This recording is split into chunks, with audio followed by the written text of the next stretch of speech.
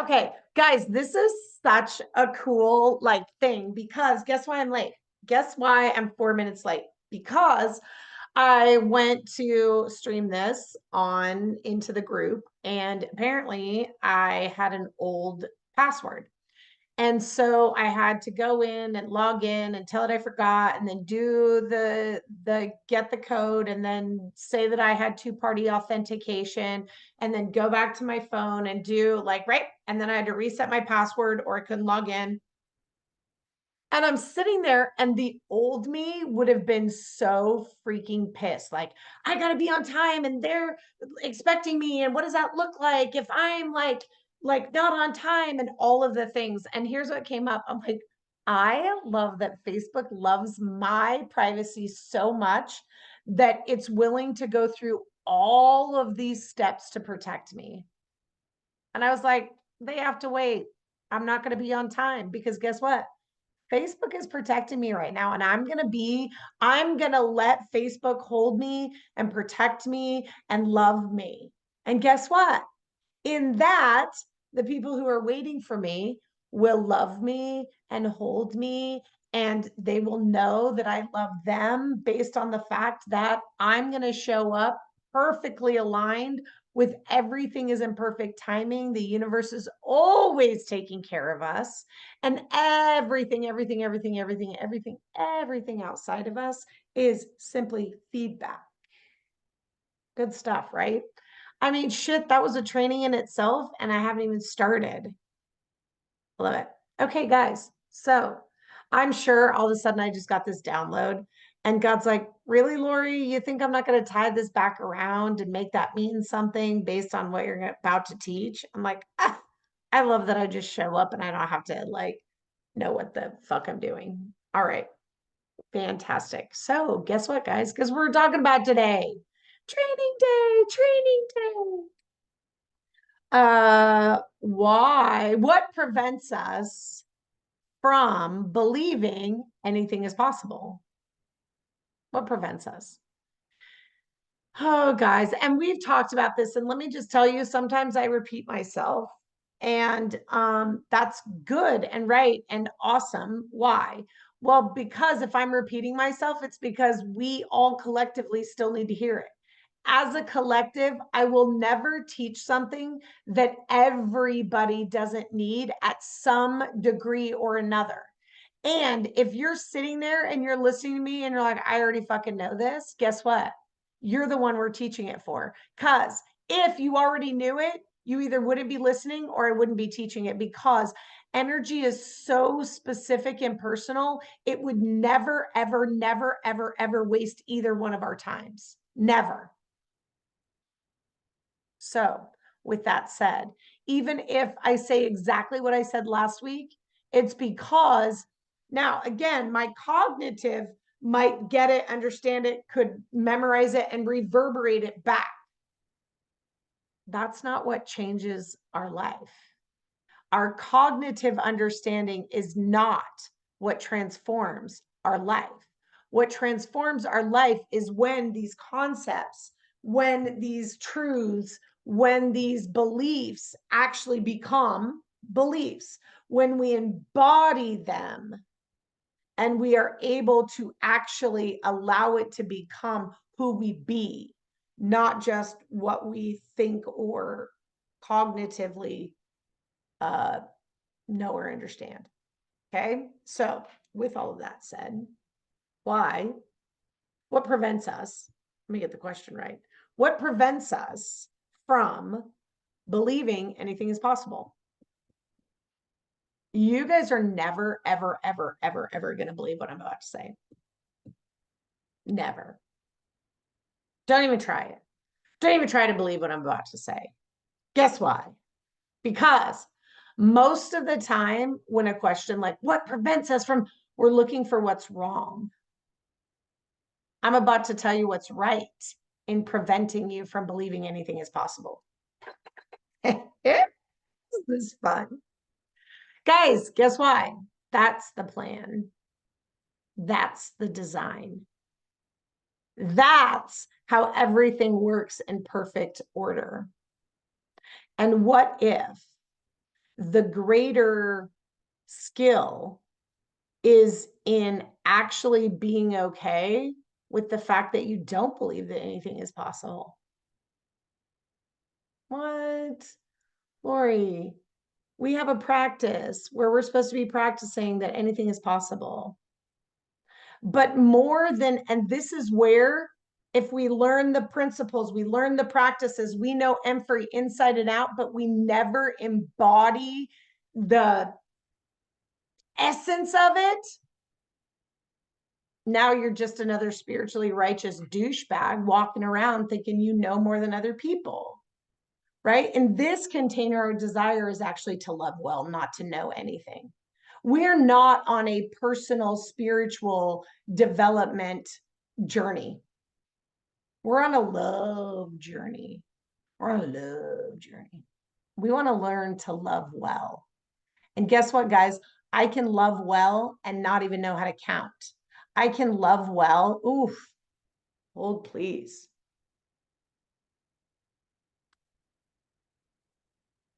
I can love well and never be right. I can love well and fuck up every single thing I try. I can love well and fail at every business, every relationship, everything. And that doesn't seem, not even clearly to me, that that's the truth. However, guess what? It is, because there is a visceral thing going on right now. And guys, if you release your cognitive trying to figure all this out, you'll receive it too, because that's how energy works. Allow this to be an embodiment, not, oh, I got to learn what Lori's saying. We can fail at everything in our human condition and still love well.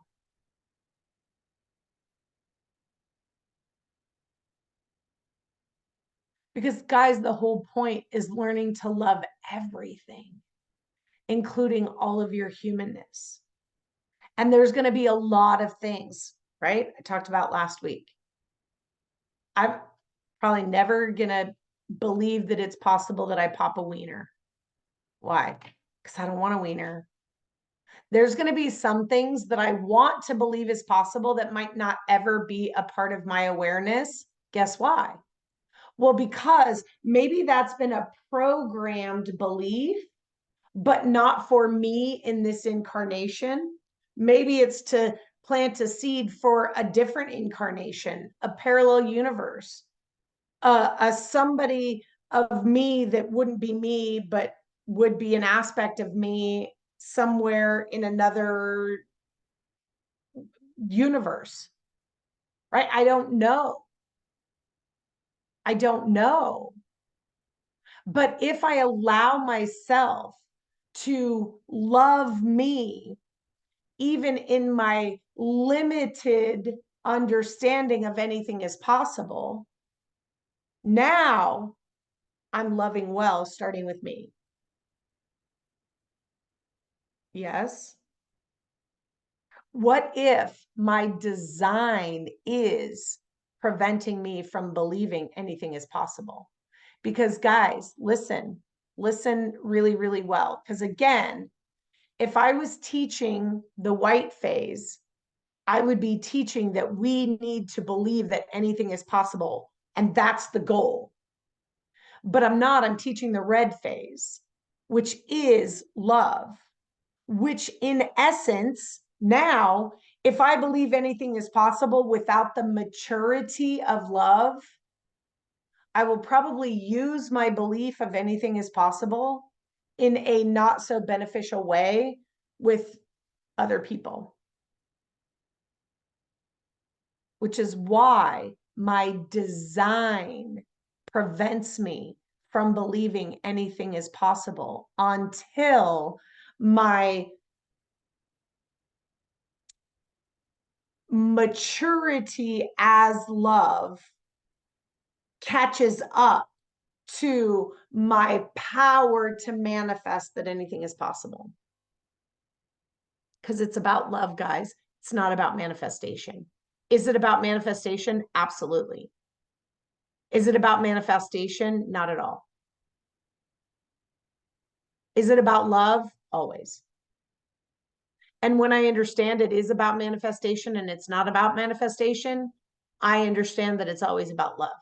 Because now, if I'm manifesting or if I'm not manifesting, I can love me for who I am in this moment. And when I do that, I can love other people for where they are in this moment. Yes. And what if we started practicing the grace of understanding that this super conscious that we came to the planet with is always guiding us, is always in love with us, is always in communication with us? Lori, I don't believe that. Do you ever feel dis-ease? Do you ever feel ease?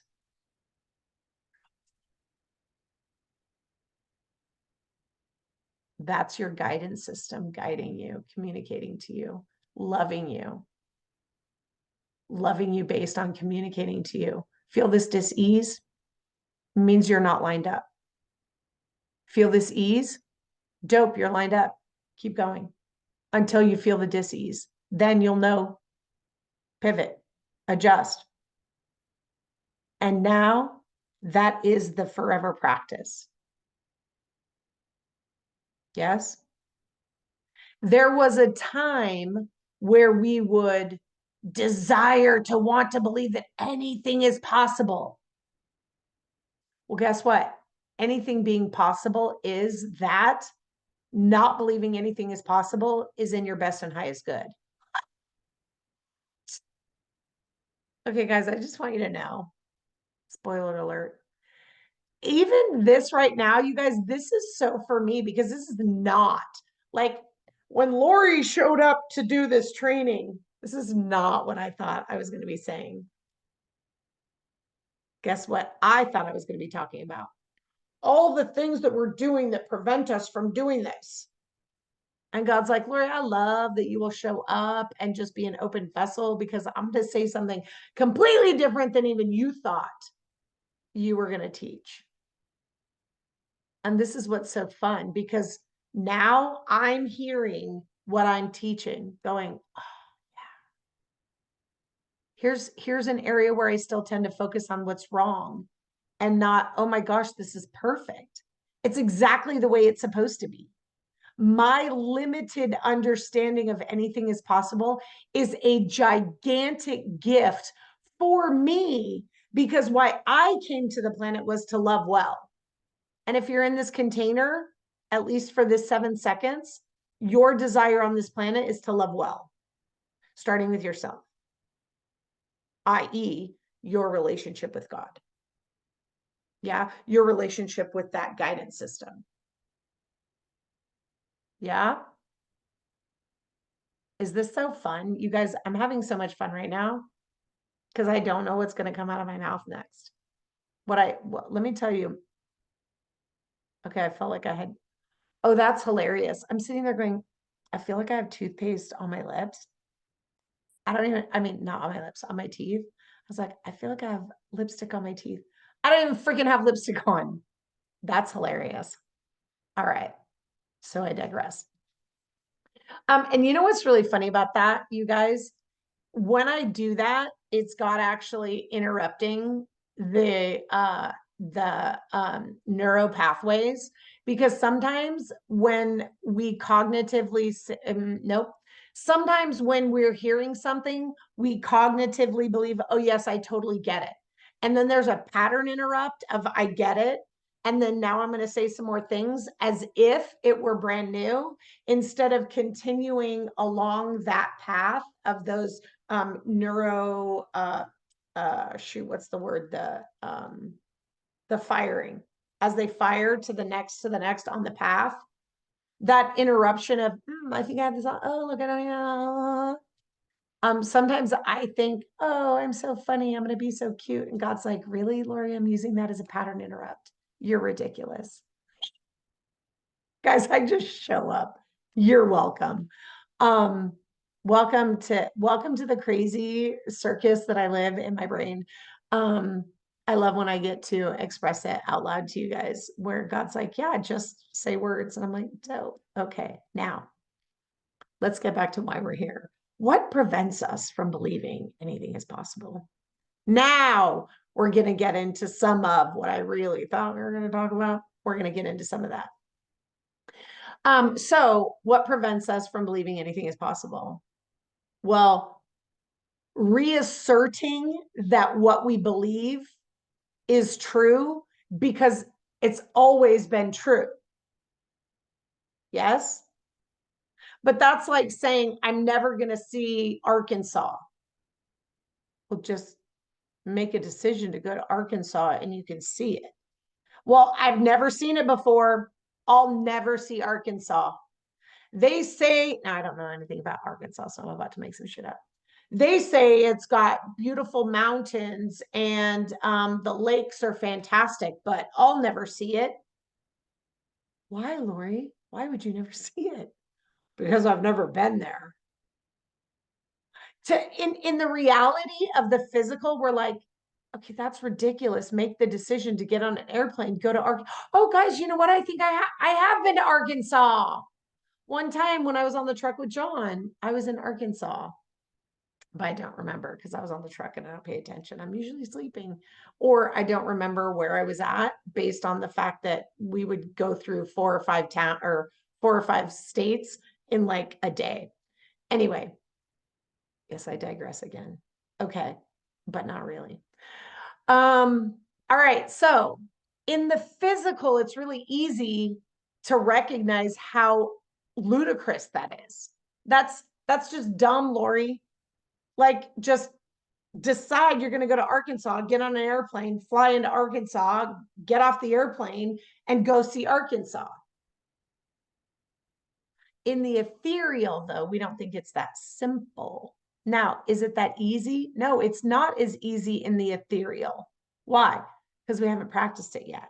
If I practiced it, it would be that easy, right? Because think about this. If I came from a place where I've never been on an airplane, I've never been away from home, I've always been broke, I need to work incessantly, right? If all of that were true, would it be easy if somebody said, just go buy a ticket, get on an airplane, and go to Arkansas and look at it?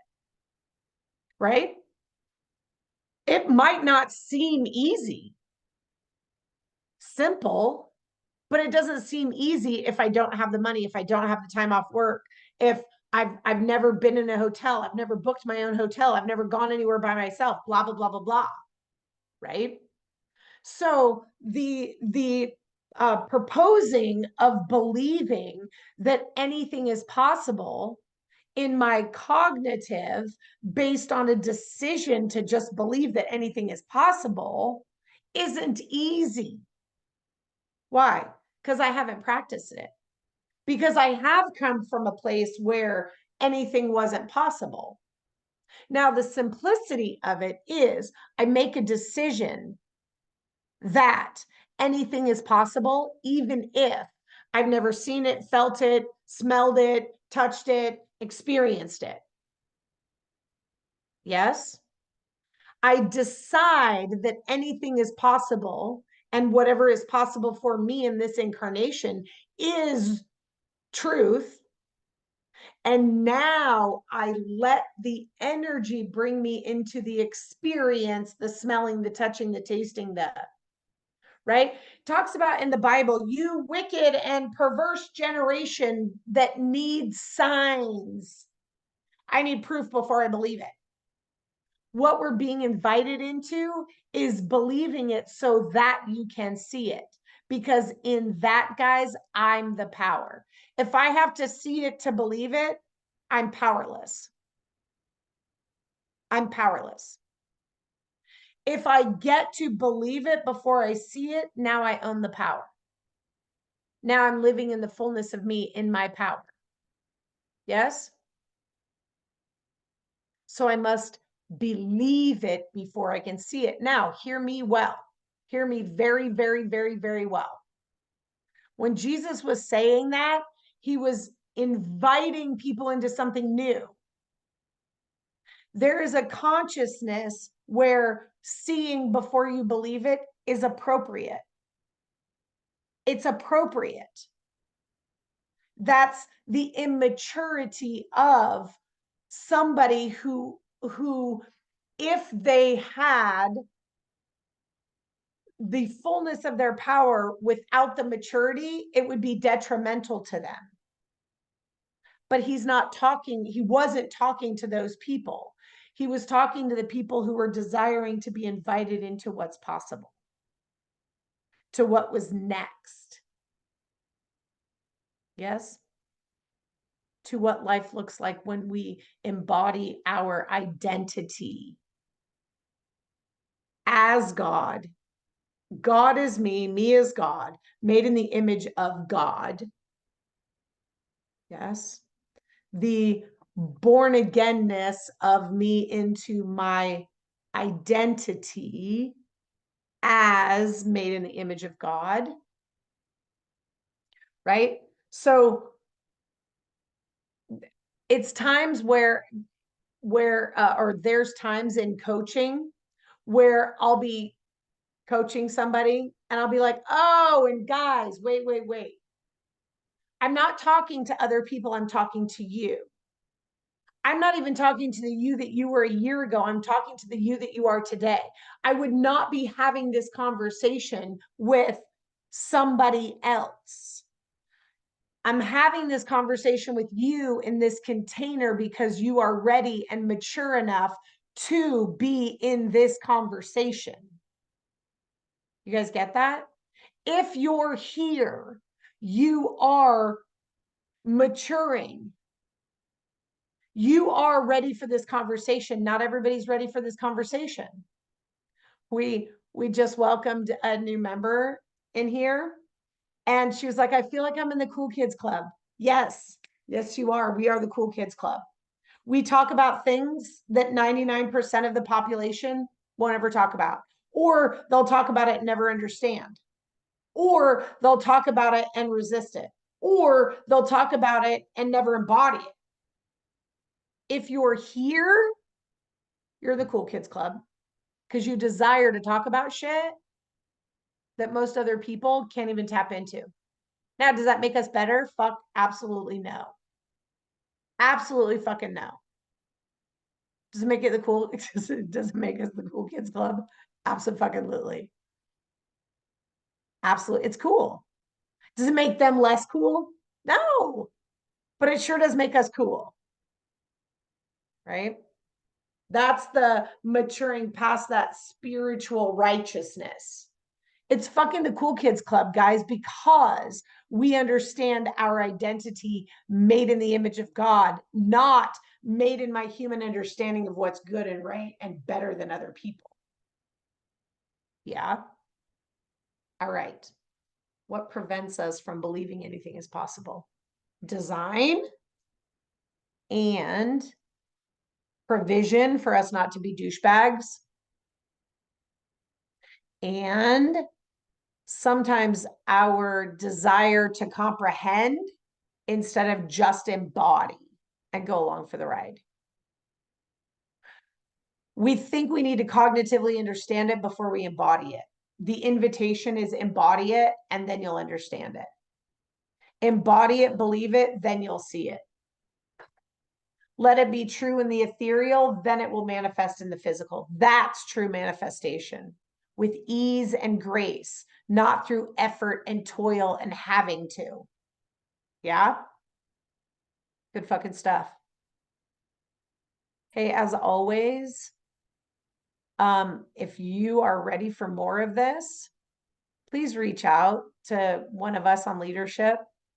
Let us help you find out all the different things that we offer for you guys to just get this a little bit deeper, maybe more often. I set up my programs for immersion, which means you get to be deeper in it, steeped, because again, that's how the water around us changes from water to tea. It's steeped. The tea is steeped and then transforming water into tea. Water into wine, get it? Water into tea. I'm just like Jesus. In my essence, in my identity, I'm just like Jesus. Did Jesus come to get crucified on a cross? Yep. Is that what I came for? I fucking hope not. I really fucking hope not. I don't think so. Just like I don't think I'm here to pop a wiener. I got cool shit to do, but me and Jesus, same. What we came to the planet to make manifest, totally different. You and me, same. What we came to make manifest, completely different. Because if we were manifesting the same thing, we both wouldn't have to be here because we each uniquely came to make manifest an aspect of God. Same, completely different. You're welcome. All right, you guys, if you have any questions, feel free to ask away. If you have some ahas, feel free to put that in the chat. If you're new, welcome. If you've been around for a while, go reach out and meet somebody that you've never met before. All right. I love you. All right. Chat with you guys soon.